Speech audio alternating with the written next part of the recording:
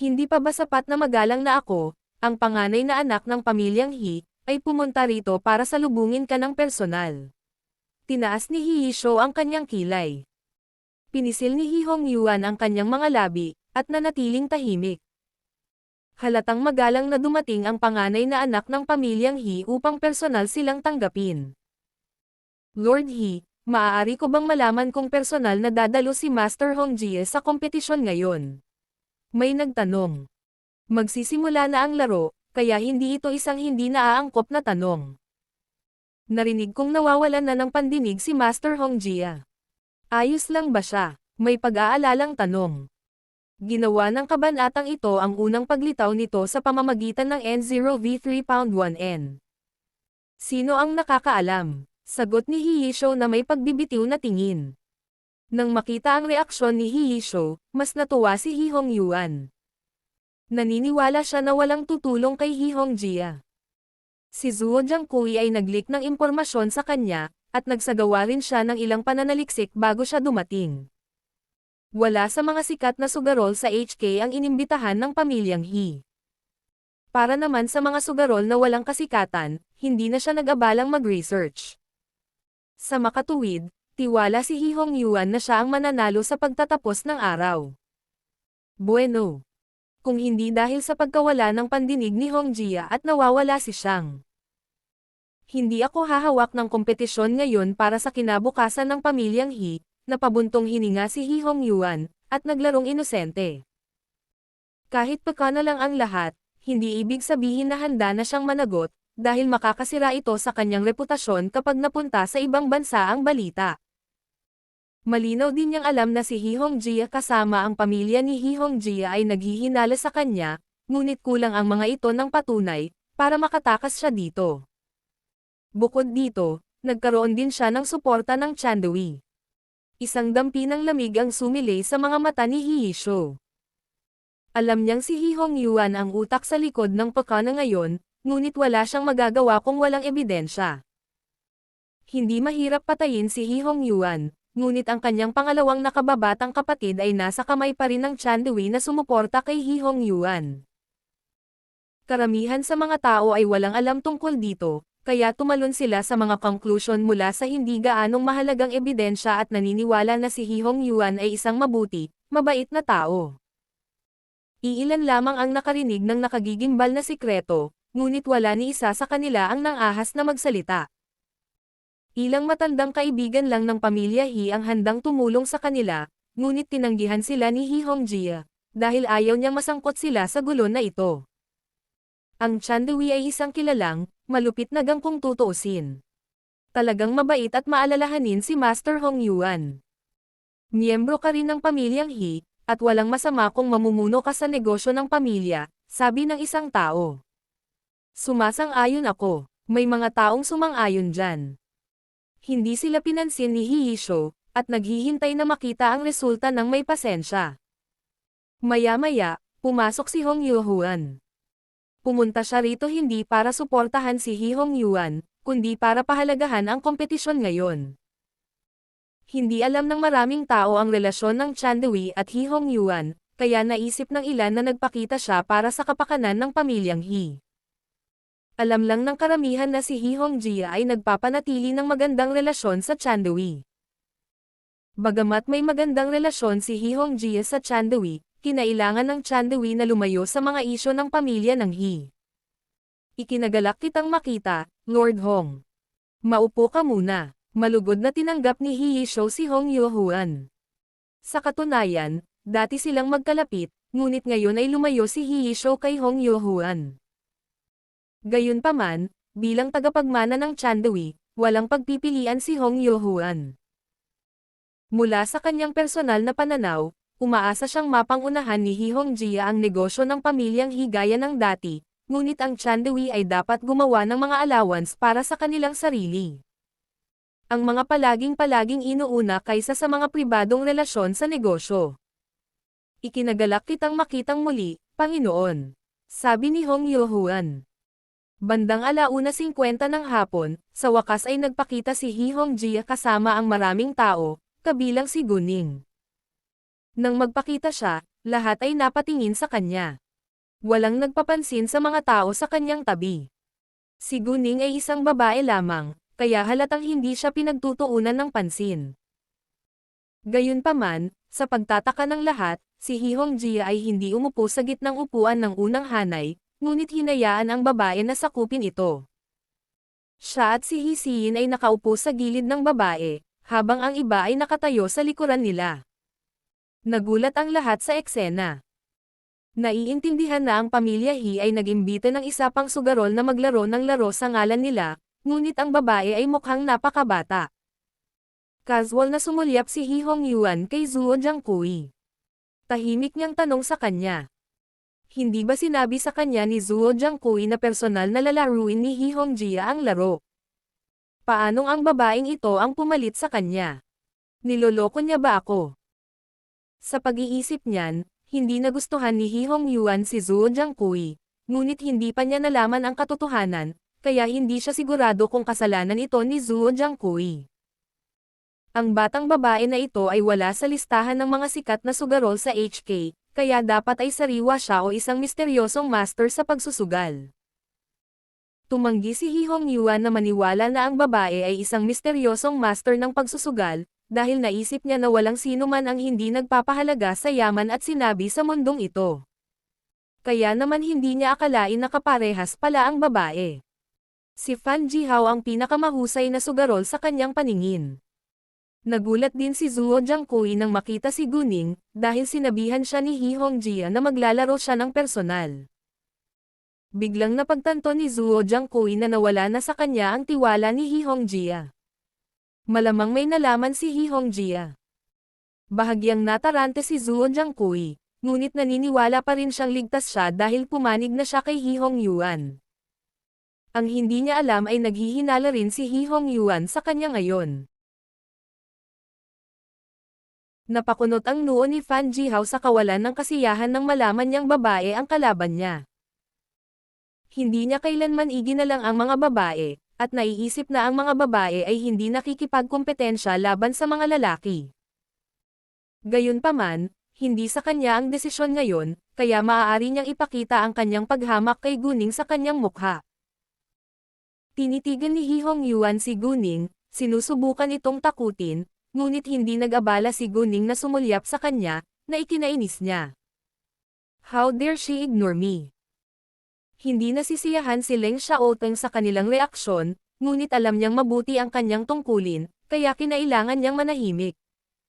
Miss, anong pangalan mo? Tanong ni Hihong Yuan sa mayabang na tono. Tang In-in, sabi ni Guning na may pagmamalaki. Hindi siya natatakot sa kanila. Hindi pa narinig ni Hihong Yuan ang pangalan, Tang In-in, sa industriya ng pagsusugal, kaya naniwala na siya ay isang bagong mukha. Miss Tang, taga saan ka, at ilang taon ka nang nasangkot sa industriyang ito? Tanong muli ni Hihong Yuan na halatang hindi gusto. Sa palagay ko ay walang kinalaman ang mga tanong na iyon sa kompetisyon ngayon, sagot ni Guning. Casual na tanong ko lang.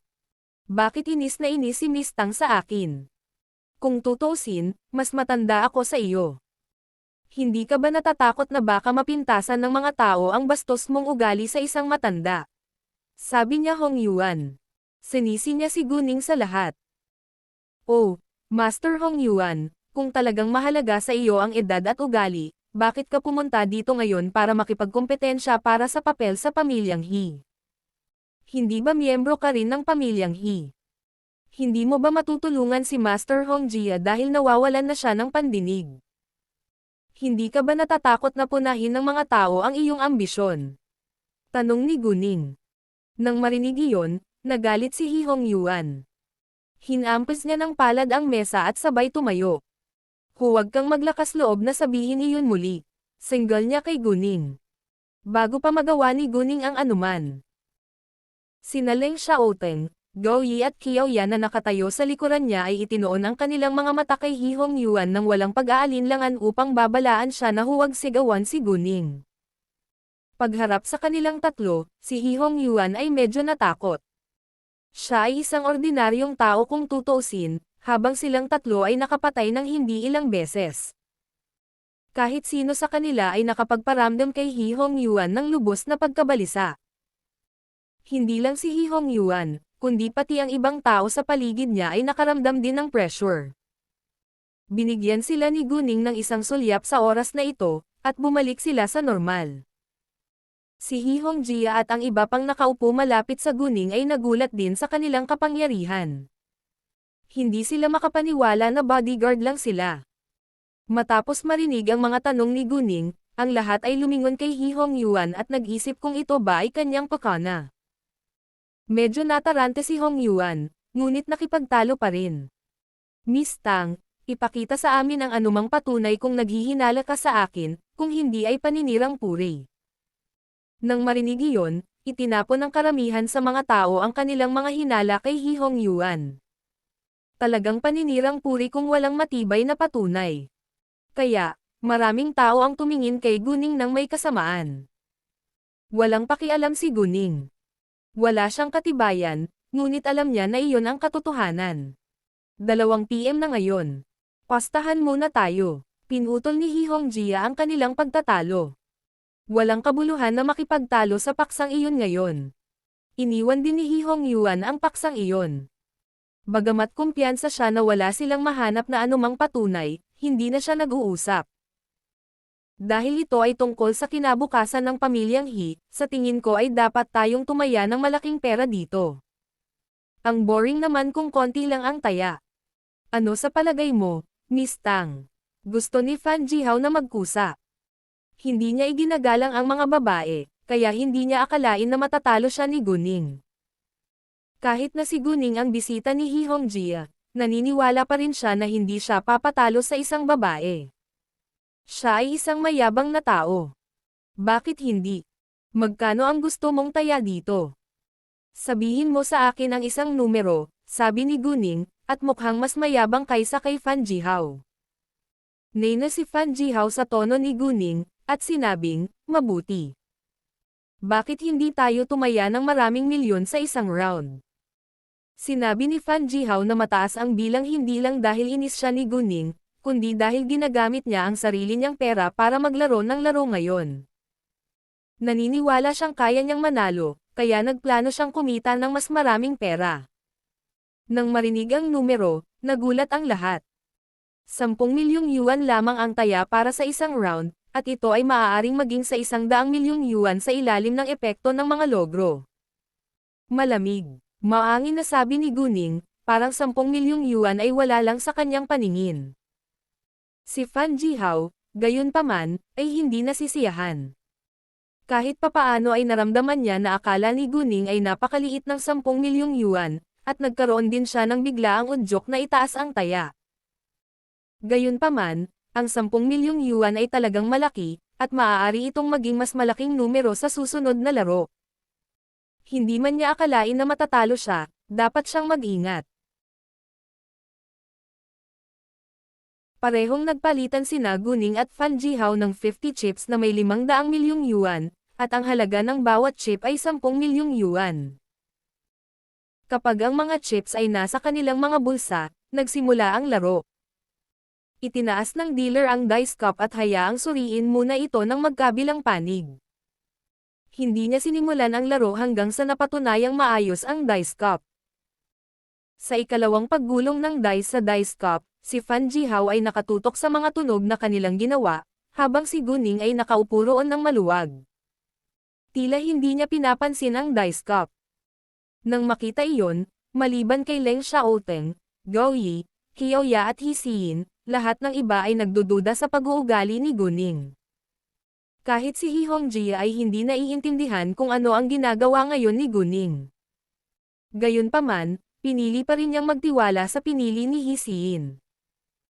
Dahil naniniwala si He Xiyin na matutulungan sila ni Guning, tutulungan sila ni Guning.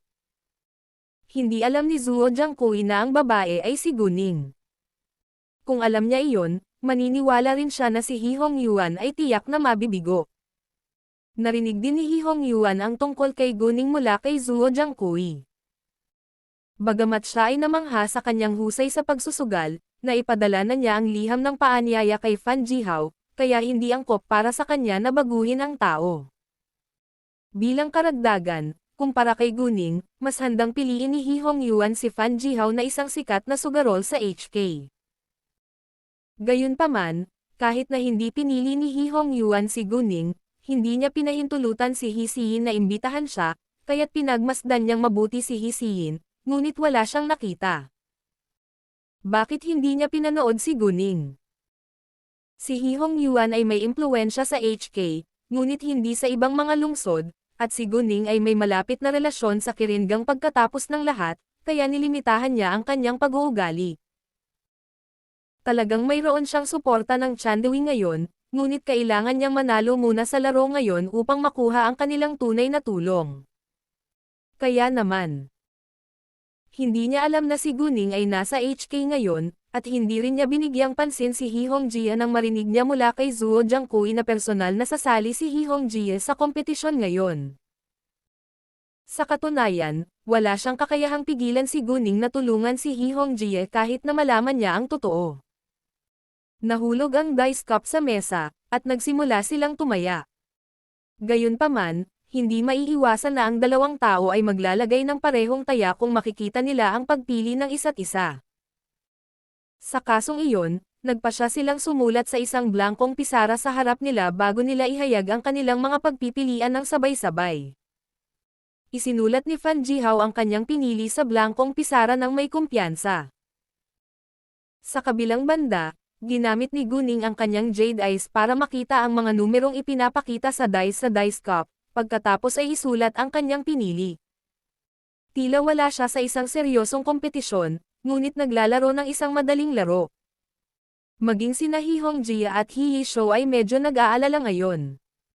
Sina Hee Hongyuan at Fan Jihao, sa kabilang banda, ay nagpakita ng halatang paghamak kay Guning sa kanilang mga mukha. Masyado silang mayabang para isipin na si Guning ay panatag na dahil siya ang mananalo. Pagkatapos nilang isulat ang kanilang mga pinili, inikot nila ang kanilang mga board upang magkaharap. Tumaya si Fan Jihao sa kabuoang iskor, na 13. Tumaya si Guning sa mga partikular na numero, na 2, 5, at 6. Nang makita ang board ni Guning, napasimangot si Fan Jihao at ang iba pa.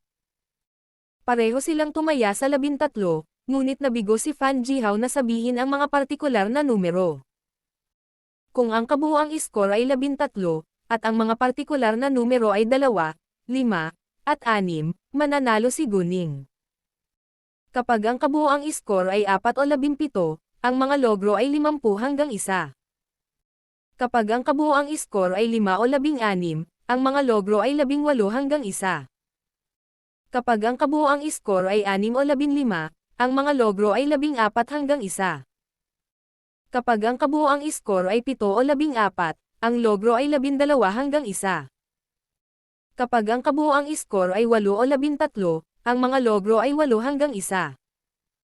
Kapag ang kabuuang iskor ay 9, 10, 11 o 12, ang mga logro ay 6 hanggang 1.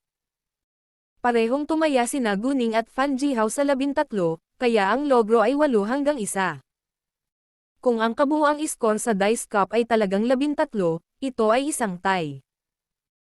Gayunpaman, sinabi ni Guning ang mga tiyak na numero, kaya dumb-oval ang posibilidad, at sila ay 16 hanggang 1. Sa pagkakataong iyon, kahit na parehong tama sina Fan Jihao at Guning sa kabuuang iskor, kailangan pa ring bayaran ni Fan Jihao si Guning ng 80 milyong yuan. Sa kabaligtaran, kung mali si Guning sa mga partikular na numero, ang posibilidad ay kalahating mas mataas, at kailangan niyang bayaran si Fan Jihao ng 40 milyong yuan.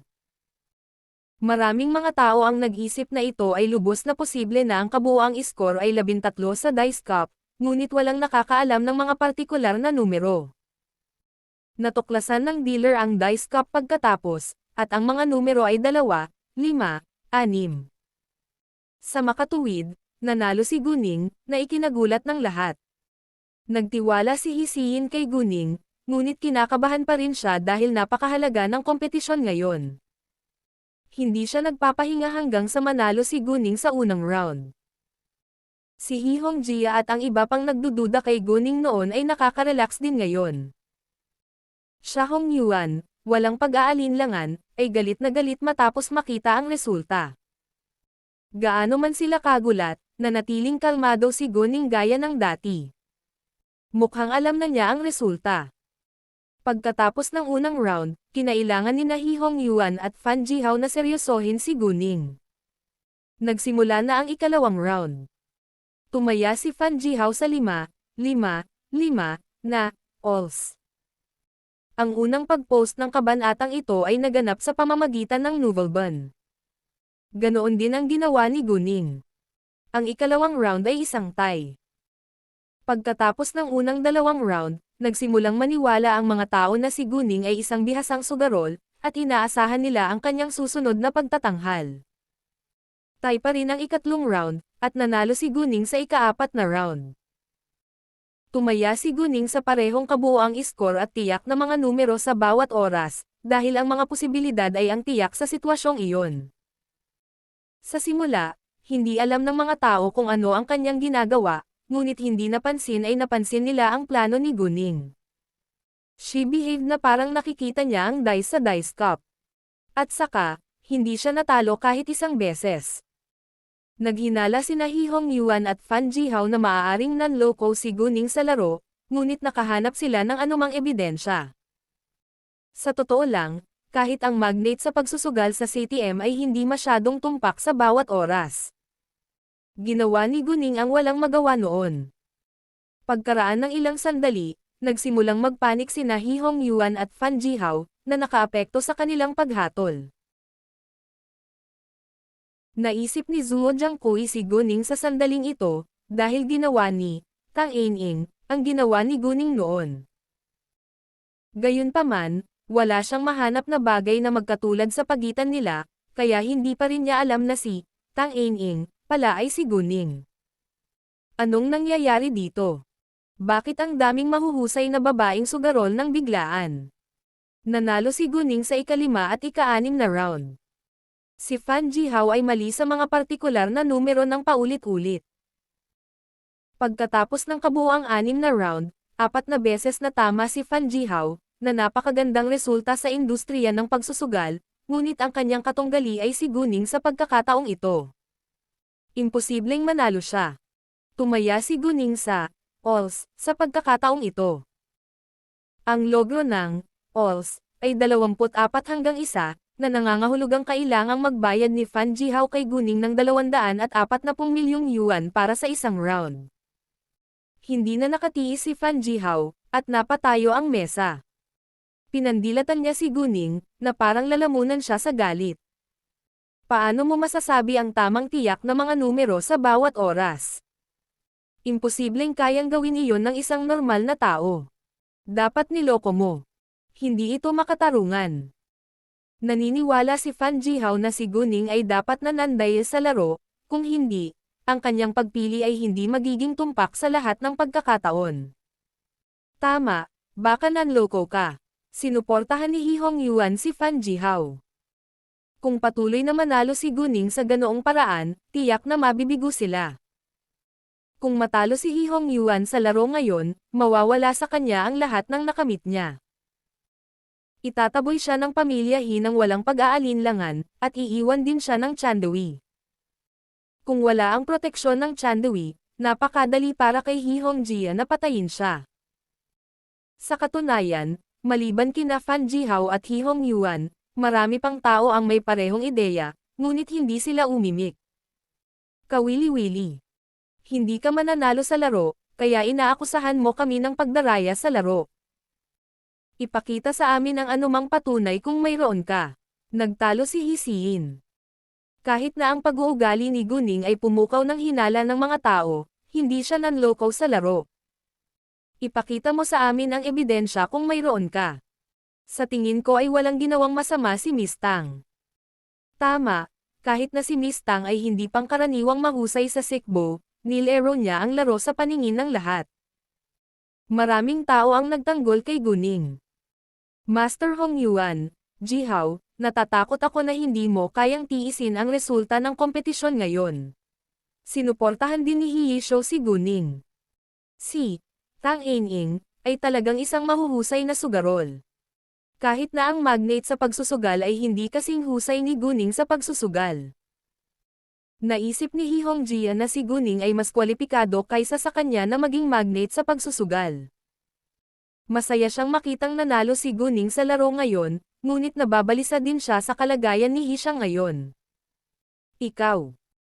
Hindi alam ni na Hee Hong-yuan at Fan Jihao kung ano ang sasabihin, dahil wala silang ebidensya. Hindi lang sila makapaniwala na magaling ang babae kay Sekbo. Gayunpaman, ito ang katotohanan kung handa silang tanggapin ito o hindi. Bukod dito, hindi talaga matatalo si Hee Hong-yuan sa kompetisyon ngayon, ngunit hindi niya ito inamin sa publiko. Gusto mo bang ituloy o hindi? Kung hindi, ikaw ang talo. Ibinuka ni Guning ang kanyang bibig ng may pagkainip. Ipagpatuloy mo, sabay sabi ni Hee Hong-yuan. Nagdadalawang isip siyang sumuko. Makikipaglaro ako sa iyo sa pagkakataong ito, sabi ni Hee Hong-yuan.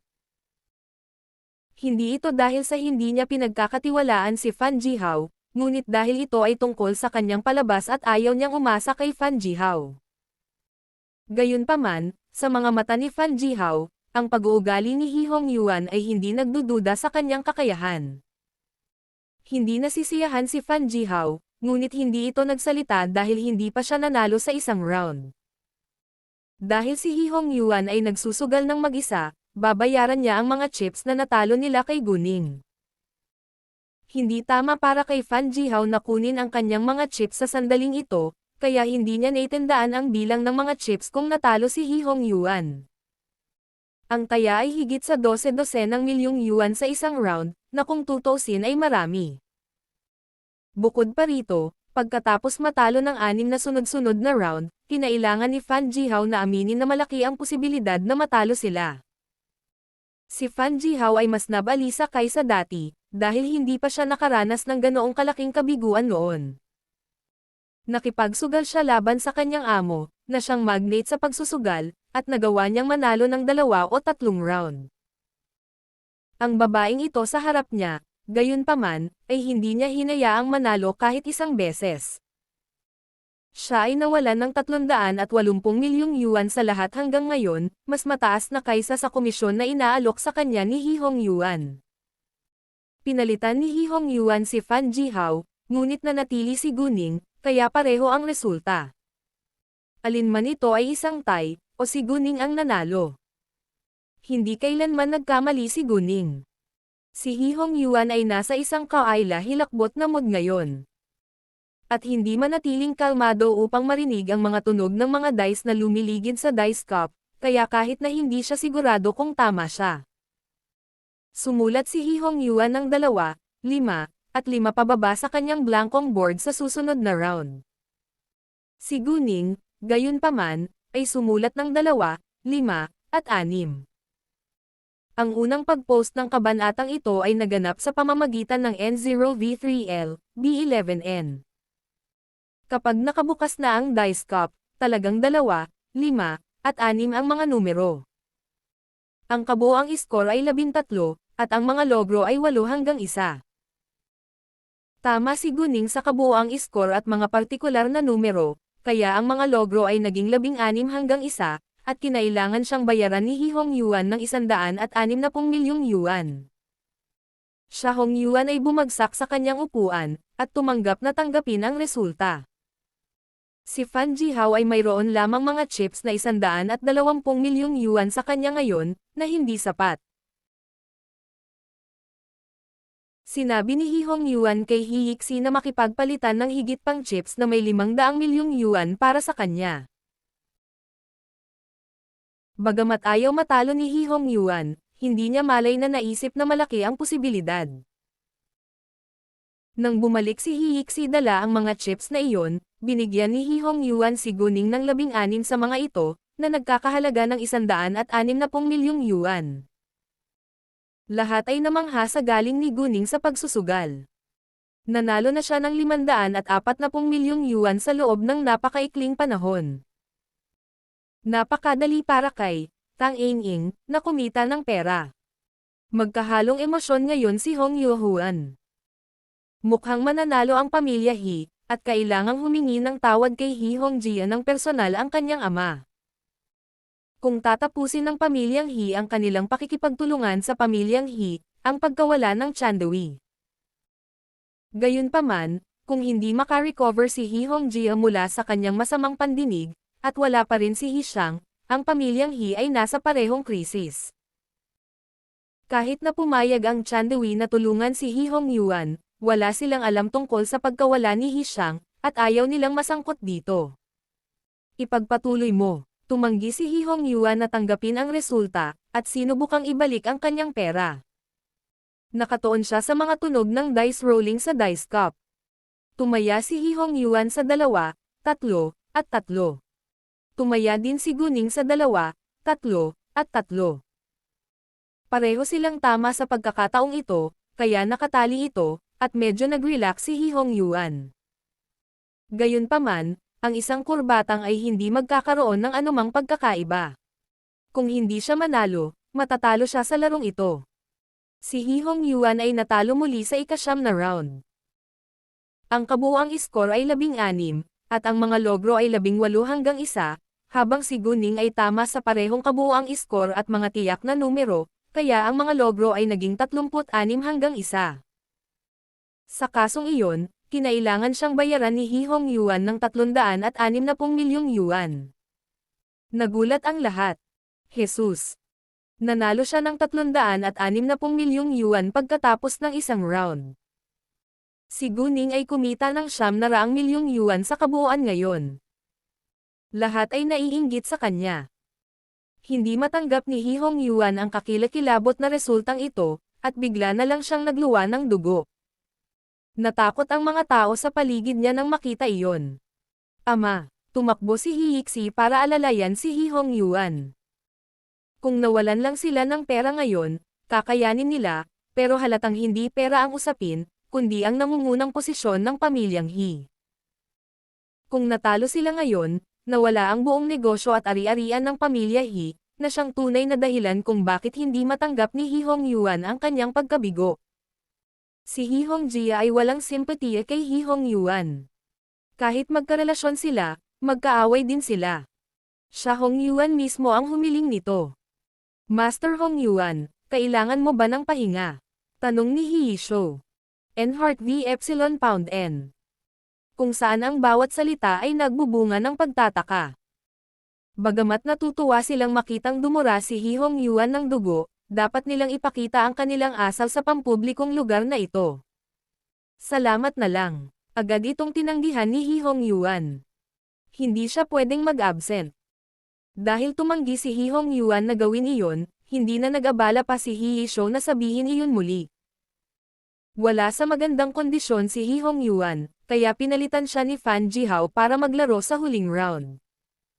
Si Fan Jihao ay labis ding na-stress, dahil malaki na ang nawala sa kanya. Kung natalo siya ulit, natakot siya na hindi rin niya ito matatanggap. Anyway, pinilit ni Fan Jihao na kumalma at manatiling nakatutok. Ang huling round ay isang tie, at si Fan Jihao ay nag-relax ng kaunti, ngunit huli na ang lahat, at natalo pa rin sila ng 900 milyong yuan. Pagkatapos ng unang anyo ng pagsusugal, si He Hongjia ang nanalo. Sisimulan na ba natin ang pangalawang anyo ng pagsusugal ngayon, o magpahinga sandali? Tanong ni Hiyisho kay He Hongyuan. Magpahinga tayo ng ilang oras, sabi ni Hiyiksi. Pumayag si He Hongyuan. Kailangan din niya ng oras para kumalma. Pagkatapos, inayos ni Hiyisho ang mga pribadong silid para makapagpahinga sila. Para naman sa ibang tao, pwede rin silang magpahinga, o maglaro sa bulwagan. Si Hiyisho ay umalis kaagad pagkatapos niyang igiya si Hongyuan sa kanyang pribadong silid. Hindi man lang sila nag-usap, na ikinagalit ni Hongyuan. Dati sila ay malapit na magkaibigan, ngunit ngayon ay parang mga estranghero. Kasalanan pa rin ito ng Chandewi, kaya hindi sisisihin ni Hongyuan si Hiyisho. Nagpasalamat si He Hongjia kay Guning sa kanilang pribadong silid. Kung hindi dahil kay Guning, natalo na sila sa kompetisyon. Ginoo. Siya, hindi mo na kailangang magpasalamat sa akin. To be honest with you, Pumunta ako dito para lang sa pera, sabi ni Guning. Gayunpaman, pinasalamatan pa rin nila si Guning sa kanyang ginawa. Oh, Miss Go, ano ang susunod mong planong laruin? Tanong ni Hihongjia. Slot machine, sabi ni Guning. Ano? Labis na nagulat si Hihongjia, at hindi makapaniwala sa kanyang narinig. Napakabata ng tunog ng slot machine. Dahil sa nakaraang pagganap ni Guning, halatang hindi basta-basta ni Hihongjia si Guning. Sa halip, naniniwala siya na maaari siyang manalo muli sa pamamagitan ng paglalaro ng slot machine. Well, wala akong masyadong alam tungkol sa ibang tao ng pagsusugal maliban sa sikbo at slot machine. Kumpiyansa ako na mananalo ako sa paglalaro ng slot machine, pero hindi ako sigurado kung ano ang gusto nilang laruin at kung kaya kong manalo, sabi ni Guning. Sa tingin ko pipili sila mula sa 5 card stud, baccarat, roulette o iba pa. Nanalo kami ng 900 milyong yuan, na sapat na para matalo sila, sabi ni Hihongjia. Halos sigurado na sila ang mananalo ngayon bago pa man magsisimula ang mga susunod na laro. Mula sa simula hanggang sa wakas, hindi tinanong ni Hihongjia si Guning tungkol sa kanyang katumpakan ng mga partikular na numero sa sikbo, dahil ito ang kanyang mga personal na gawain. Galit pa rin si Hihongyuan sa kanilang pribadong silid, at si Fan Jihao ay nanatiling tahimik sa buong oras. Siya ay nagkaroon ng isang malakas na pakiramdam ng pagkabigo ngayon, at halos mawala ang kanyang tiwala sa kanyang sarili. Tay, napakadi ka panipaniwala ng babae, at nanalo na siya ng maraming milyong yuan hanggang ngayon. Pwede ba nating ibalik ito? Tanong ni Hiyiksi na may pag-aalala. Kung hindi sila manalo ngayon, mawawalan siya ng pagkakakilanlan bilang babae ng pamilya He. Kung gayon, itatambak siya ni Hong Yufei ng walang pag-aalinlangan, at mawawala rin ang kanyang titulo bilang Mrs. Hong. Kung kaya niyang magpakasal sa isa pang mayaman o makapangyarihang pamilya, gagawin niya iyon, ngunit malinaw na alam niyang imposible iyon. Siya ay walang pagpipilian noon, kaya pinili niya si Hong Yufei. Bagamat ipinanganak siya sa pamilyang He, palagi siyang natatabunan ni He Siin na nakatatandang pinsan niya. Iyon ang dahilan kung bakit siya nagseselos kay He Siin. We will. Gagawin natin.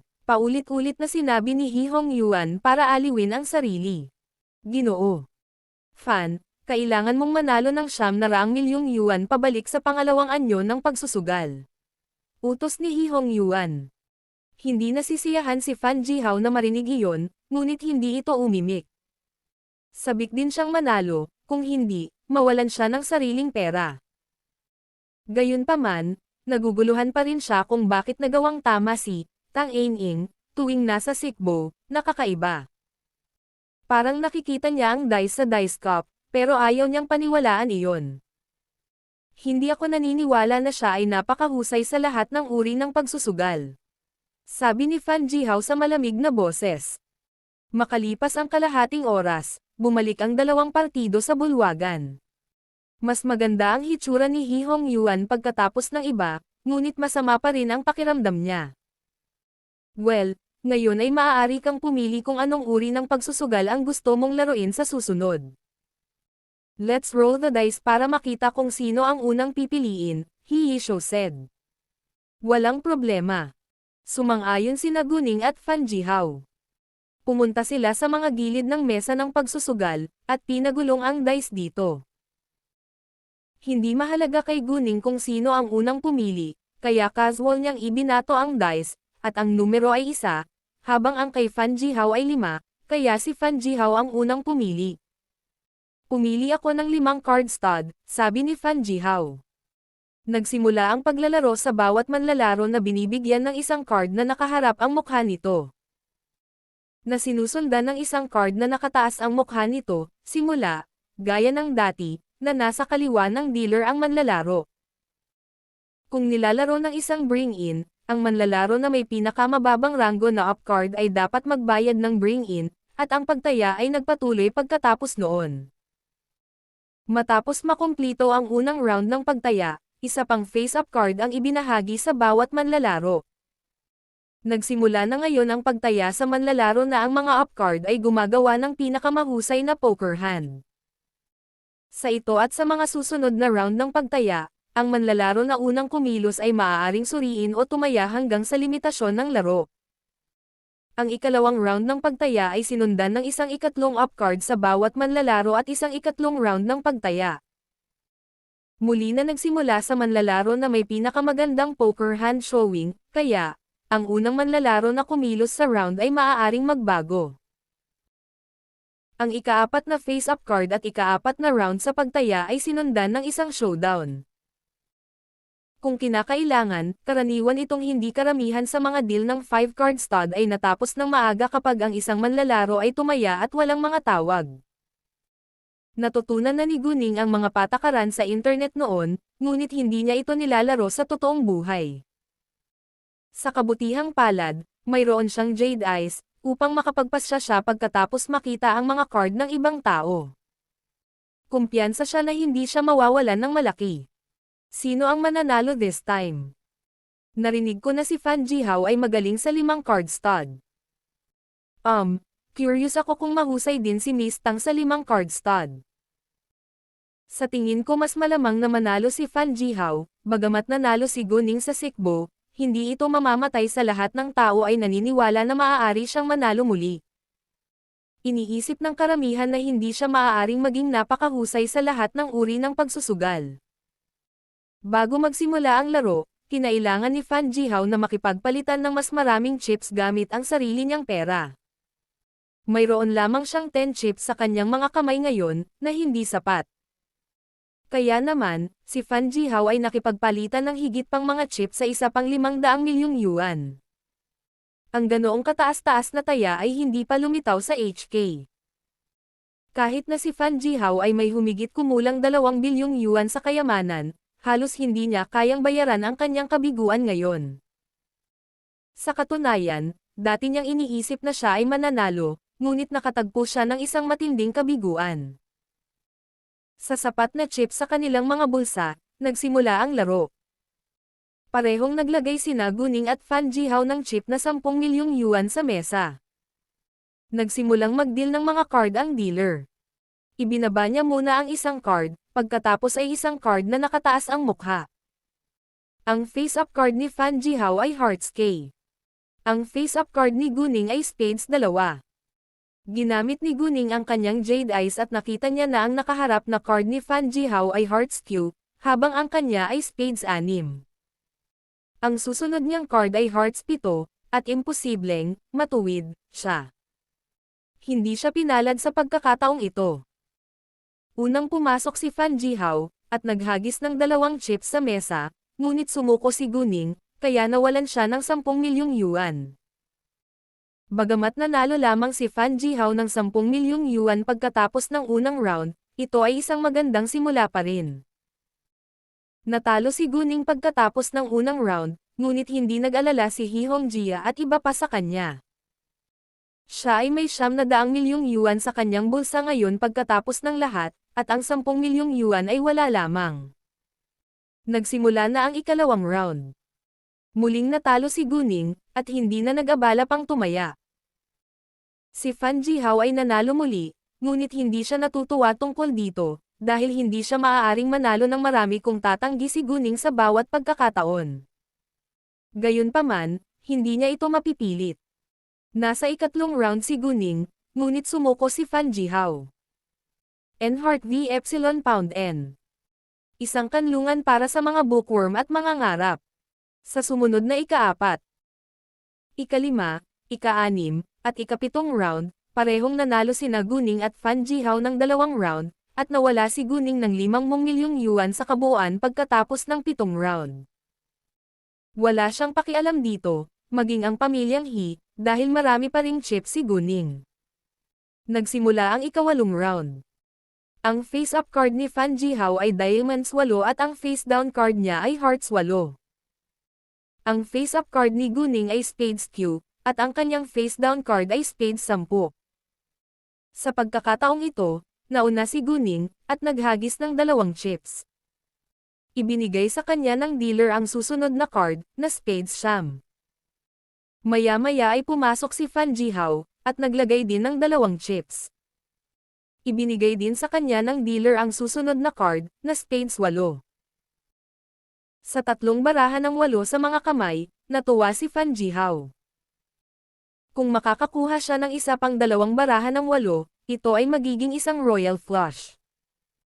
Kung makakakuha siya ng isang card na 8 at isang random na card, ito ay magiging 4 of a kind, na isang magandang resulta.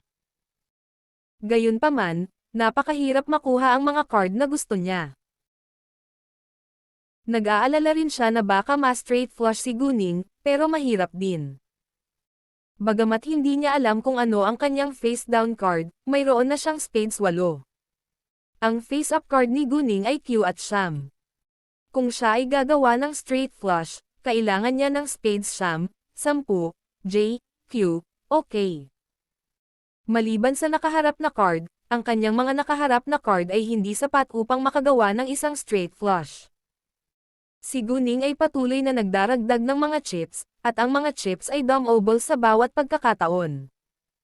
Naglagay siya ng isa pang 4 na chips sa mesa, at ang susunod niyang card ay Spades K. Sa ngayon, si Guning ay may mga Spades Siyam, 10, Q at K. Ang kailangan lang niya ay isang card ng Spades J upang makagawa siya ng straight flush. Sa katunayan, ginamit na ni Guning ang kanyang Jade Eyes para makita ang kanilang mga card sa round na ito, kaya alam niyang gagawa si Fan Jihao ng 4 of a kind, at ang kanya ay straight flush. Iyon ang dahilan kung bakit patuloy na idinaragdag ni Guning ang kanyang mga chips. Nang makita ang mga card ni Guning, medyo kinabahan si Fan Jihao. Gayunpaman, mayroon na siyang 3 barahan ng 8 ngayon, kaya imposibleng sumuko siya ngayon. Sa makatuwid, naghagis din siya ng isa pang 4 na chips sa mesa, at ang kanyang susunod na card ay mga puso 8. Sa 4 na barahan ng 8 sa mga kamay, si Fan Jihao ay mas nasa sabik ngayon, ngunit hindi niya ito ipinakita sa kanyang mukha. Nagsimulang mag-usap ang mga tao sa likod niya. Jesus, maaari ba itong maging 4 of a kind? Kahit hindi ito 4 of a kind, maaaring full house ito. Wow, napakaganda. Hanggat ang babae ay hindi makakuha ng isang straight flush, si Mr. Fan ay mananalo. Pwede ba siyang magpa-straight flush? Mayroon na siyang Spades Siyam, Q at K. Kung Spades 10 o J ang face-down card niya, straight flush ito. Sa palagay ko ay hindi ganoon kadaling gumawa ng isang straight flush.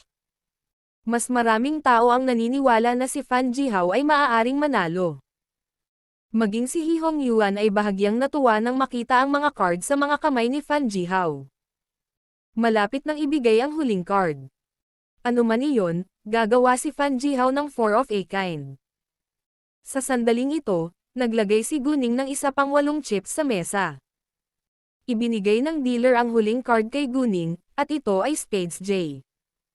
OMG, maaari ba talagang maging isang straight flush? Nang makita iyon, nagulat ang lahat. Nabigo sina Fan Jihao at Hihong Yuan.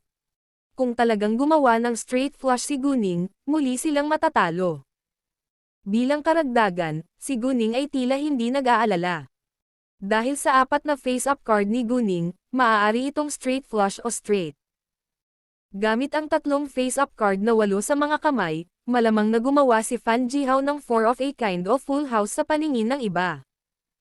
Kung magiging full house siya, mananalo si Guning kahit straight flush o straight ang kanya. Kung gumawa siya ng 4 of a kind, baka manalo siya sa kondisyon na straight ang kanya. Sa pag-iisip niyan, medyo nag-relax si Fan Jihao. Nagtapon din siya ng isa pang 8 chips, at nakuha ang kanyang huling card, na Hearts K. Sa huli, bawat isa sa kanila ay may hawak na 5 baraha, ngunit kailangan pa rin nilang itaas ang taya bago iangat ang nakaharap na card. Sa sandaling itinaas ni Fan Jihao ang taya, kailangang mag-follow up si Guning kung gusto niyang ipakita ang nakaharap na card, o kailangan niyang sumuko. Walang handang sumuko at mawala ang lahat ng nakaraang chips sa oras na ito. Kung sumuko si Guning ngayon, masasayang ang kanyang mga naunang taya. Kaya niyang mag-straight flush this time after all. Medyo nag-aalala si Fan Jiao na ang mga card ni Guning ay maaaring maging straight flush sa huli, kaya hindi siya nang ahas na makipagsapalaran at ipusta ang lahat ng kanyang chips sa resulta. Kung gagawin niya iyon, maaari niyang mawala ang lahat ng kanyang pera. Natakot siya sa mga kasanayan ni Guning sa pagsusugal, kaya nanatili siyang maingat kahit na mayroon siyang magagandang card sa kamay. Alinsunod dito, naglagay si Fan Jiao ng isa pang 10 chips sa mesa, gayon din si Guning. Sa sandaling ibinalik ni Fan Zihiyo ang kanyang nakaharap na card, lahat ay namangha. Jesus, ito ay 4 na uri. Maliban na lang kung makakagawa siya ng straight flush, matatalo siya. Ang lahat ng mga chip na inilatag sa round na ito ay nagdagdag ng hanggang 250 milyong yuan. Ang mga tao ay tumingin kay Guning nang may pagkakaisa matapos makita ang nakaharap na card ni Fan Jiao. Akala nila ay medyo magpanik si Guning, ngunit siya ay mukhang kalmado gaya ng dati, na nagpabalisa kina Hihong Yuan at Fan Jiao. Magpapa-straight flush ba siya? Itinaas ni Guning ang kanyang nakaharap na card, at ito ay talagang spade 10. OMG, ito ay isang straight flush. Hindi ako makapaniwala sa aking mga mata. Ang ilan ay labis na nagulat, habang ang ilan ay hindi matanggap ito. Masaya si Hihong Jia na makita ang resulta ng walang pag-aalinlangan, habang si Fan Jiao ay hindi makapaniwala. Pagkatapos maglaro ng pangalawang anyo ng pagsusugal, si Guning ay may mga chip na 1.01 bilyong yuan sa kabuuan ngayon. Walang nakakita ng ibang tao na maaaring gumawa ng kayamanan ng kasing dali ng kanyang magagawa noon. Sa katunayan, naisip ni Guning na ang pagsusugal na bato ang pinakamahusay na paraan upang kumita ng maraming pera. Sa totoo lang, hindi siya masyadong interesado sa iba pang paraan ng pagsusugal. 2 round na lang ang natitira.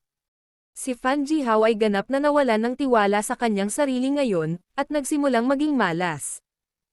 Wala si Guning noong ika-9 na round, kaya natalo siya ng 10 milyong yuan. Sa ika-10 round, si Fan Jiao ay nakakuha ng kakilakilabot na mga card, kaya hindi siya pumasok, at naibalik ni Guning ang 1 milyong yuan. Sa kabuuan, mayroon pa ring mga chip na 1.01 bilyong yuan si Guning sa kanyang mga kamay ngayon. Sa mata ng maraming tao, ito ay isang malaking kapalaran. Kailangan mo bang magpahinga ulit? Tanong ni Hiyisho kay Hihong Yuan at hindi niya maiwasang matuwa sa kanilang kabiguan. Sa katunayan, gusto nga ni Hihong Yuan na magpahinga para kumalma, kung sakaling mainas siya hanggang mamatay. Nag-aatubili siyang aminin na ang kanyang katawan ay nasa masamang kondisyon dahil sa kanilang pagkabigo ngayon, ngunit kailangan niyang maging mas maingat sa kanyang sariling katawan. Gayunpaman, lubos siyang nahiya nang tanungin siya ni Hiyisho, kaya tinanggihan niya ang kanyang alok na ipagtanggol ang kanyang dignidad. Hindi na kailangan, salamat. Si Hiyisho ay walang pakialam sa kalagayan ng katawan ni Hihong Yuan. Dahil ayaw magpahinga ni Hihong Yuan, magpapatuloy ang laro. Magaling, Miss Tang, mangyaring piliin ang pangatlong anyo ng pagsusugal para sa kompetisyon ngayon. Maglaro tayo ng slot machine, sabi ni Guning. Ano? Slot machine. Nang marinig iyon, nagulat ang lahat. Akala nilang lahat ay magpo-propose si Guning ng baccarat, roulette, mahjong o iba pa, ngunit pinili niya ang slot machine. Ang unang pag-post ng kabanatang ito ay naganap sa pamamagitan ng Nuvalban. Bagamat ang slot machine ay isa ring uri ng pagsusugal sa mga kasino, ito ay katulad ng isang komersyal na laro. Kaya naman, ang seryosong kompetisyon na ito ay biglang naging dramatiko sa sandaling iminungkahi ni Guning ang paglalaro ng slot machine. Parang hindi sugal, kundi mga libangan. Bilang isang sikat na sugarol at dating apprentice ng magnate ng pagsusugal sa CTM, si Fan Jiao ay lumaki sa mga kasino at alam niya ang lahat ng uri ng pagsusugal. Gayunpaman, ang slot machine ay hindi isa sa mga form na siya ay pinakamahusay sa. Gayunpaman, hindi siya maaaring sumang-ayon sa pinili ni Guning, maliban kung tinatanggap niya ang kanyang kabiguan ngayon. Halatang hindi niya gustong gawin iyon. Hanggat may pag-asa siya, susubukan niya ito. Paano ang tungkol sa mga posibilidad? Tanong ni Fan Jiao. Kahit gaano ka pa manalo, babayaran kita ng pera and vice versa. Ano sa tingin mo? Tanong ni Guning. Mga ad ng Pub Future. Linisin ang dugo sa 3 araw. Kalimutan ang hypertension. Heart keep. Nag-alinlangan sandali si Fan Jihao, pagkatapos ay pumayag. Walang problema. Sa simula, hindi inisip ni Fan Jihao na ito ay isang magandang ideya, dahil hindi madaling manalo ng marami sa pamamagitan ng paglalaro ng slot machine sa kanyang paningin. Manalo man siya, hindi niya mapanalunan ang lahat ng perang nawala sa kanya. Gayunpaman, natakot siya sa husay ni Guning sa pagsusugal ngayon matapos ang 2 beses sa tournament ngayon laban sa kanya. Bilang karagdagan, ang slot machine ay pinili ni Guning, at dapat ay may tiwala siya sa kanyang sarili. Dahil sa dami ng pera na nawala sa kanya hanggang ngayon, hindi niya maibabalik ang lahat ng pera niya kahit na ang chips sa prize pool ay 10 beses niya. Ang halaga ng mukha ng mga chips sa isang slot machine ay maaaring 100 yen, 1,000 yen, o 10,000 yen, at karaniwang ang kabuuang halaga ng mga chips na iyon sa prize pool ay mas mataas sa 100 milyong yuan. Sa kasong iyon, kahit na mapanalo niya ang lahat ng chips sa prize pool sa loob ng 10 sunod-sunod na beses, makakakuha lang siya ng higit sa 1 bilyong yuan. Gayunpaman, ang mga posibilidad ay mabigat laban sa kanyang pagkapanalo. Alam ni Fan Jihao na siya ay tiyak na mabibigo. At bagamat ayaw niyang harapin ito, kailangan niya itong tanggapin. Ayaw ding sumuko ni Hee Hong Yuan hanggang sa makita niya ang huling resulta ng kompetisyon ngayon. Ang halaga ng mukha ng chips ni Guning at Fan Jihao ay 10 milyong yuan, kaya kinailangan nilang baguhin ang mga ito bago magsimula ang laro. Tataya sila sa lahat ng 10 reel, na nagkakahalaga ng 100,000 yuan sa isang round, kaya kailangan nilang palitan ng 100 chips ng 10,000 yuan sa 1 milyong yuan. Ang dating taya ay 10 milyong yuan sa isang round, habang ngayon ay 100,000 yuan na lamang. Maraming tao ang hindi pa sanay sa malaking agwat. Ang mga oras ng logro ay 100 beses, 200 beses, 300 beses, 400 beses, 500 beses, 600 beses, 700 beses, 800 beses, 900 beses, at 1,000 beses. Upang maiwasan na ang programa ng slot machine na ito ay na-edit muna. Kailangan nilang hayaan ang iba na makita muna ang programa nito upang patunayan na ito ay lubos na nakadepende sa swerte ng isang tao upang manalo sa laro. Mga ad ng Pub Future. Si Fan Jihao ang unang naglaro nito. Mas malamang na manalo ng pera kung tumaya ang mga tao sa lahat ng reel, at si Fan Jihao ay isang bihasang manunugol, kaya mas malamang na manalo siya. Pagkatapos ng unang round, nakakuha si Fan Jihao ng 8 milyong yuan sa kabuuan. Sa sandaling 800 chips ay kinuha out, isa pang 800 chips ay idinagdag sa prize pool upang matiyak na mayroong hindi bababa sa 100 milyong yuan sa loob. Hindi naging madali para sa mga ordinaryong manlalaro na manalo ng pera sa pamamagitan ng paglalaro ng slot machine, kaya naisip ng mga nanonood na si Fan Jihao ay gumawa ng magandang trabaho. Pagkatapos, turn na ni Guning. Lahat ng tao ay may mataas na pag-asa para sa kanyang pagganap. Hindi lamang siya nanalo sa Sikbo, ngunit siya rin ang nanalo sa 5 card stud. Slot machine pa rin ang pinili niya, kaya malaki ang posibilidad na siya ang manalo. Walang pipiliing makipagkompetensya sa isang bagay na hindi niya magaling. Mahusay si Fan Jihao sa 5 card stud, kaya pinili niya ito, ngunit mas magaling si Guning kaysa sa kanya. Dahil sa nakaraang pagganap ni Guning, malamang na maniwala ang mga tao na maaaring manalo muli si Guning. Miss Tang, halika na. Naniniwala akong mananalo ka. Isang gwapong binata ang nagpalakas ng loob kay Guning, at tinitigan niya ito ng diretsyo ng may malawak na ngiti. Nang marinig iyon, ngumiti sa kanya si Guning dahil sa kabaitan, na nagparamdam sa kanya ng pagkasabik. Si Leng Xiaoteng, gayunpaman, ay hindi nasisiyahan, at binigyan ng malamig na tingin ang binata. Napansin din iyon ni Guning, at umiling. Nakalimutan niyang may boyfriend pala siya. Pagkatapos noon, naglakad siya papunta sa slot machine at nagsimulang maglagay ng chips. Kumpiyansa si Guning na maaari siyang manalo ng pera sa bawat oras, ngunit hindi siya sigurado kung ang prize pool ay magbubukas sa bawat oras.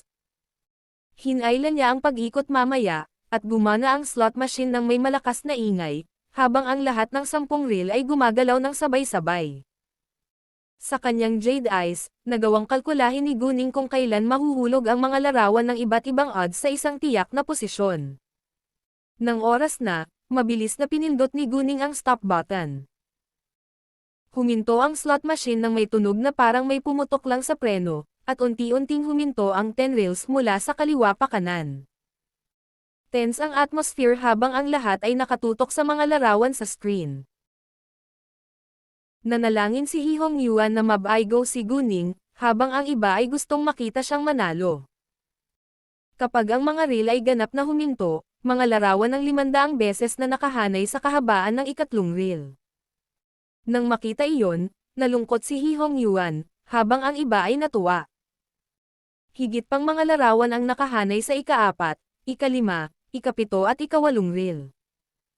Pagkatapos ng unang round, kumita si Guning ng 33 milyong yuan sa kabuuan. Paano ito posible? Hindi ito matanggap ni Hee-hong Yuan.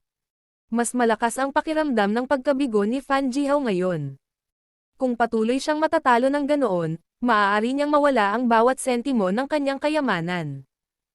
Gayunpaman, wala siyang pagpipilian. Habang sina Fan Jihao at Hee-hong Yuan ay parehong masama ang loob, ang mga manonood ay nasa sabik. Wow, nakahilera ang mga larawan kasama ang 5 reels. Nakakamangha. At ang mga oras ay lahat ng malaki. Hindi pa ako nakakita ng napakaraming chips dati. Nagulat din si Hee-hong Jia. Kahit na sinabi sa kanya ni Guning na tiwala siyang manalo, namangha pa rin siya nang makita ang resulta. Ang ginawa ni Guning ngayon ay lumampas sa kanyang inaasahan. Sa katunayan, marami pang darating. Nang makita ang mga chips na lumalabas mula sa slot machine sa malaking halaga, lahat ay naiinggit kay Guning, at nais nilang manalo sila ng ganoong kalaking pera. Higit pang mga chips ang idinagdag sa prize pool bago magsimula ang ikalawang round. Si Fan Jihao, na nasa ilalim ng matinding pressure ngayon, ay hindi na manatiling kalmado, kaya casual niyang pinindot ang stop button sa inis. Sa pagkakataong ito, naka-line up lang ang mga larawan sa isang reel, at nanalo siya ng 1 milyong yuan. Habang siya ay nawala, mas hindi siya mapakali, kung gaano siya hindi mapakali, lalo siyang nawala. Sa paglipas ng panahon, malapit nang mawala ng kontrol si Fan Jihao sa kanyang sarili. Bakit 1 milyong yuan ka lang nanalo? Si Hee-hong Yuan ay hindi nasisiyahan dito. Si Guning na naman. Kumita siya ng 27 milyong yuan sa kabuuan pagkatapos ng ikalawang round. Namangha ulit ang lahat. Jesus, kailan pa naging napakadaling manalo ng pera sa pamamagitan ng paglalaro ng slot machine? Sa tingin ko napakadali para kay Miss Tang na manalo ng malaking halaga. Sobrang seloso ko sa kanya. Bakit? Bakit kaya niyang manalo ng labis sa bawat oras? Siguradong may mali sa slot machine na ito. Nagtaas ng boses si Hong Yuan. Tama, dapat may ginawa ka dito. Nakipagtalo rin si Hee-xi. Ang pamilyang He ay hindi nasisiyahan sa hindi makatwirang hinala, at sumagot si Hee-sho, Master Hong Yuan, dapat kang managot sa iyong mga salita. Sinuri namin ang slot machine na ito bago magsimula ang laro, at alam mong maayos ito at gumagana ng maayos. Ikaw, hindi alam ni Hee-hong Yuan ang sasabihin. Hindi na niya kakayanin ang mga pagkalugi, ngunit kailangan niyang aminin na nawala na sa kanya ang lahat ngayon. Well, I think medyo obvious na ang resulta ng competition ngayon. Bakit hindi mo na lang aminin na talo ka? Sabi ni Hee-sein na may pagmamalaki. Nang matapos niya ang kanyang pangungusap, pinutol siya ni Guning. Parang hindi naman. Sumang-ayon kaming maglaro ng 10 round, at dapat naming gawin iyon. Plano kong kumita ng mas maraming pera ngayon pagkatapos ng lahat. Bagamat naging sakam si Guning, walang nagpakita ng hindi pagkagusto sa kanya. Sa kabaligtaran, naisip pa rin nila na siya ay kaibig-ibig at karapat-dapat na manalo. Dahil pumayag silang maglaro ng 10 round, dapat nilang gawin iyon. Bukod dito, kumikita si Guning sa lahat ng oras, at ayaw niyang tumigil. Hindi siya madalas pumunta sa HK, kaya sinamantala niya ang bawat pagkakataon na kumita ng mas maraming pera hanggat maaari dito. Lumingon si Hisiyin para tingnan si Guning, pagkatapos ay binago ang kanyang mga salita ng sabay-sabay. Well, nagbibiro lang ako, at dapat magpatuloy ang laro. Sa katunayan, gusto lang ni Hisiyin na ipahiya sila. Kailangang simulan ni Hihong Yuan ang ikatlong round. Sa pagkamangha ng lahat, bumukas ang prize pool nang pinindot ni Guning ang stop button sa ikatlong round. Jesus, nabuksan ang prize pool. Wow, hindi ko pa nakita iyon dati. Paano ito posible? Paano ito posible? Si Hihong Yuan ay sobrang galit na tumayo, at muntik ng matamba. Sa kabutihang palad, sinuportahan siya ni Hiyiksi sa oras. Hindi pwede. Si Hiyiksi ay hindi rin makapaniwala sa kanyang mga mata. Si Fan Jihao ay natulala din sa eksena. Nanalo si Guning ng mahigit 100 milyon sa isang round. Higit na nabigla si Hihong Jia ngayon. Lubos niyang nakalimutan na si Guning ay talagang nananalo ng pera mula sa negosyo ng kanyang pamilya. Hanggat kaya niyang manalo sa kompetisyon laban kay Hihong Yuan, walang halaga ang pera sa kanyang paningin. Dahil ang prize pool ay walang laman ngayon, ang mga chips ay ibinuhos dito ng sabay-sabay. Pinagmasdan ni Hong Yuhuan si Guning ng matagal. Masyadong hindi makapaniwala ang babaeng ito. Paano siya nahanap ng pamilyang He? Bakit hindi ko narinig ang pangalan niya noon sa industriya ng pagsusugal? Bagong mukha ba siya? Napaisip si Hong Yuhuan sa sarili. Kung ang balita ng kompetisyon sa pagsusugal ngayon ay napunta sa ibang bansa, ang pangalang, Tang Ain-ing, ang magiging focus ng industriya ng pagsusugal sa bawat malaking lungsod. Hindi mabilang na mga dalubhasang manunugol ang makakahanap kay Tang Ain-ing upang makipagkompetensya sa kanya. Ngunit naniniwala si Hong Yuhuan na siya ay mas mahusay kaysa sa sino man sa mga ace gambler na iyon. Napansin ni Guning ang hitsura ni Hong Yuhuan, ngunit hindi ito pinansin. Walang pakialam si Guning tungkol dito, ngunit si Leng Xiaotang ang nagmamalasakit. Nang makitang pinagmamasdan siya ni Hong Yuhuan, binigyan siya ni Leng Xiaotang ng malamig na tingin. Hindi siya papayag na maaga ng ibang tao ang babae sa kanya. Bilang tagapagmana ng Chandui, napansin ni Hong Yuhuan ang babalang sulyap kaagad, ngunit nawala na ang sulyap nang lumingon siya para hanapin ito. Gayunpaman, nakaramdam siya ng pananakot sa simpleng sulyap, at naging alerto sa isang iglap. Natatakot siya na may kaaway din sa karamihan. Pagkatapos ng lahat, maraming mga kaaway ang Chandui. Bilang karagdagan, naramdaman niya ang puot at natatanging kakayahan ng tao mula sa sulyap, kaya kinailangan niyang maging maingat. Hindi interesado si Leng Xiaotang sa iniisip ni Hong Yuhuan, basta tumigil siya sa pagtingin kay Guning. Si Hong Yuhuan ay nagambala ng potensyal na panganib, kaya inilayo niya ang kanyang mga mata mula kay Guning. Ginoo. Fan, please. Ang prize pool ay napuno ng mga chips, ngunit si Fan Jihao ay nakatayo lang doon, kaya ibinuka ni Hiyisho ang kanyang bibig para paalalahanan siyang laruin ang laro. Nag-aatubili si Fan Jihao na ipagpatuloy ang paglalaro ngayon, dahil malaki ang nalulugi sa kanya.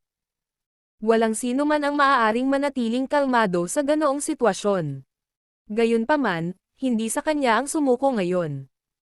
Maliban kay Hihong Yuan na umaasa pa rin na maaaring manalo si Fan Jihao dahil ayaw niyang tanggapin ang kabiguan, lahat ng iba ay naniniwala na si Guning ang mananalo ng walang pag-aalinlangan. Sa pagkakataong iyon, walang masyadong pumapansin sa kanya. Ginawa ni Fan Jihao ang lahat ng kanyang makakaya upang pakalmayan ang kanyang sarili upang makapag-focus sa laro at hindi na muling matalo. Kumita siya ng 12 milyong yuan sa pagkakataong ito. Dahil napanalunan ni Guning ang lahat ng chips sa prize pool noon lang, walang nag-isip na malaking sorpresa na nanalo si Fan Jihao ng mahigit 10 milyong yuan. Si Fan Jihao mismo ay nagnanais din na mapanalo niya ang lahat ng chips sa prize pool ng isang beses. Si Hihong Yuan ay may parehong ideya, dahil ginawa na ito ni Guning noon, na nagpatunay na posible ito. Si Guning, gayunpaman, ay gumawa ng 28 milyong yuan pagkatapos nito, na higit sa doble sa ginawa ni Fan Jihao. Sa ngayon, nasanay na ang mga tao na manalo si Guning. Wala ka bang silbi? Hindi mo man lang matalo ang isang babae. Hi Hongyuan na bumulalas sa galit. Nang marinig iyon, nagalit si Fan Jihao, at agad na inialis ang kanyang kamay sa makina. Bakit hindi mo gawin ito sa iyong sarili kung gayon? Ilipat. Ako mismo ang gagawa. Nagtaas ng boses si Hongyuan. Marunong siyang maglaro ng slot machine, ngunit hindi masyadong magaling, kaya pinindot niya ang stop button na umaasa sa kanyang nararamdaman. Bilang resulta, walang reel na may mga larawang naka-line up sa screen, na ikinainis ni Hi Hongyuan. Si Guning, sa kabaligtaran, ay nanalo muli ng lahat ng chips sa prize pool. Seryoso. OMG, hindi ako makapaniwala sa mga mata ko. Napakahirap paniwalaan ni Miss Tang. Nasa panaginip ba ako ngayon? Kulang ako sa mga salita. Nagulat si Fan Jihao sa resulta, at nadama rin na maswerte siya na hindi siya naglaro ng round, o baka nawalan siya ng isa pang 100 milyong yuan. Hindi na nakatiis si Hi Hongyuan, at muling dumura ng dugo, pagkatapos ay nawalan ng malay. Ama! Ama! Nagpanik si Hiyiksi, at sumigaw. Master Hongyuan! Ang mga bodyguard ni Hi Hongyuan ay lumakad ng walang pagkaantala. Natakot din ang mga tao sa paligid niya. Natakot sila na si Hi Hongyuan ay talagang mamatay dito. Kailangan nating ipadala si Master Hongyuan sa ospital ngayon, at maaari nating hintayin na magising si Master Hongyuan upang maglaro sa natitirang mga round, sabi ni Hiyisho. Sa katunayan, hindi na siya makapaghintay na makitang mamatay si Hi Hongyuan, ngunit nasa panganib pa rin ngayon ang kanyang nakababatang kapatid, kaya kinailangan pang manatiling buhay si Hi Hongyuan. Maghintay lang ng saglit, pinigilan sila ni Guning at naglakad papunta kay Hi Hongyuan. Ang mga bodyguard ni Hi Hongyuan ay hamarang sa kanya ng walang pag-aalinlangan, kung sakaling saktan siya ni Guning. Ano ang gusto mong gawin? Pinandilatan ng isang bodyguard si Guning. Maaari ko siyang iligtas, sabi ni Guning. Sinabi niya iyon hindi dahil mabait siya, kundi dahil gusto niyang umalis na may dalang pera sa lalong madaling panahon. Sino ang nakakaalam kung gaano siya katagal maghihintay para magising si Hi Hongyuan? Parang malupit at cold-blooded, pero hindi naman talaga siya pinapahalagahan ni Hi Hongyuan. Kaya mo ba? Nagulat ang lahat at nag-alinlangan. Hindi ko akalain na ganoon kakabait. Tinitigan siya ni Hiyiksi na puno ng puot ang mga mata. Pumunta dito si Guning para tulungan ang pamilyang Hi. Hindi naman, pero gusto ko lang matapos ang competition ngayon. Wala akong oras para hintayin siya, sabi ni Guning. Hindi siya nag-abalang itago ang tunay niyang intensyon. Ikaw, ang unang pag-post ng kabanatang ito ay naganap sa pamamagitan ng N0V3L, B11N. Nang marinig iyon, nagalit si Hiyiksi at pinuna si Guning. Nasa panganib ang buhay ng tatay ko ngayon, at pera lang ang gusto mo. Parang kasalanan ni Guning. Sa tingin ko medyo cold-blooded siya. Oo, hindi niya dapat sinabi iyon. Nagsimulang talakayin ng mga tao ang kanyang pag-uugali. Hindi nagustuhan ni Leng Xiaoteng ang kanilang mga kakaibang komento kay Guning, ngunit wala siyang masabi para ipagtanggol siya ngayon. Sa halip, malamig siyang tumingin kay Hiyiksi, na nagparamdam sa kanya ng stress.